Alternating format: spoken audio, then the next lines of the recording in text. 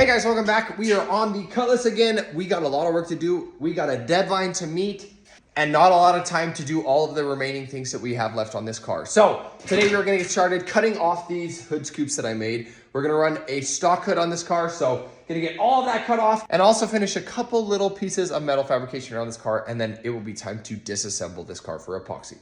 In the last video, I built these awesome hood scoops.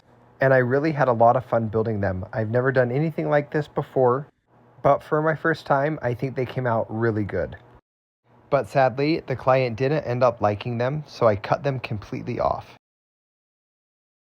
Okay, hood scoops are cut off and I am pretty much ready to strip this hood. That'll be the next thing. I want to get this thing down to bare metal. That way I make sure to take care of any of the issues with rust that we may have. Not only that, this has had a couple different paint jobs on it. You could see how many different layers there are. I mean, it at least had 3 different paint jobs. So there is a lot of material on this hood, and I think that's why we're having all the issues of it cracking. So I'm gonna strip it down completely to bare metal. I've said this before, you always wanna start with a good foundation, and bare metal is pretty much the best foundation you're gonna start with. So let's get this hood off and let's get outside and start stripping it. So removing the hood is pretty easy. There are just 4 bolts that bolt the hood to the hinge of the car.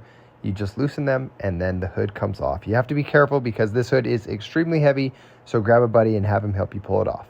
I decided to strip this hood outside just because of how big of a mess it made of my garage last time I did it inside. Holy crap, stripping this hood took me like 4 hours, and I decided to do it outside just to not get all of the dust all over the garage, and it was like 30 degrees. So I'm freezing. I'm done for the day. I'm gonna go home and take a warm shower. And then in a couple of days, I'll jump back on the hood and finish all the dents.